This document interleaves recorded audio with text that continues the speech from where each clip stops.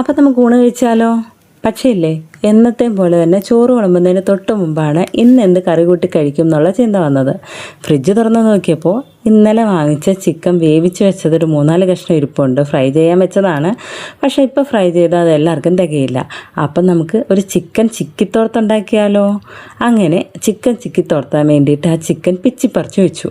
ആ പിച്ചിപ്പറിച്ച ചിക്കൻ അവിടെ മാറ്റി വെച്ച സമയത്ത് നമ്മൾ ഒരു സവാള, പച്ചമുളക്, വെളുത്തുള്ളി, ഇഞ്ചിയും കൂടെ അരിഞ്ഞു വെച്ചിരുന്നു.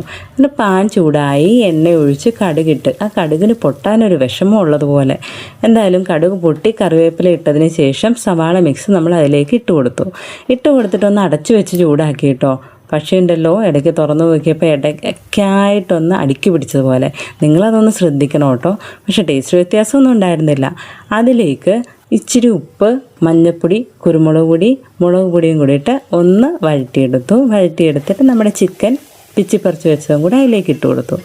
എന്നിട്ട് ഇനി ഒഴിച്ചു കറിക്ക് സാമ്പാറായിരുന്നു. സാമ്പാർ കഷ്ണം വേവിക്കാൻ വെച്ചതിൻ്റെ കൂട്ടത്തിൽ സാമ്പാർ മസാല ഉപ്പും കൂടെ ഇട്ട് വേവിക്കാൻ വെച്ചിരുന്നു.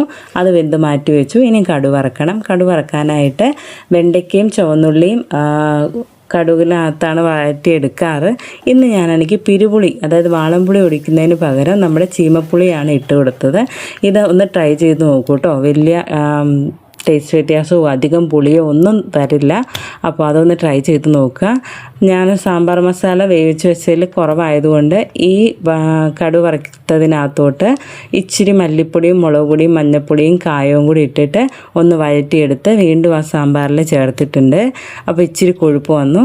അപ്പോൾ സാമ്പാറും ഇന്നലത്തെ മീൻ വറുത്തതും ചിക്കൻ ചിക്കിത്തോർത്തും കൂട്ടി നന്നായിട്ട് ഊണ് കഴിച്ചു. അപ്പോൾ നിങ്ങൾ കഴിച്ചോ?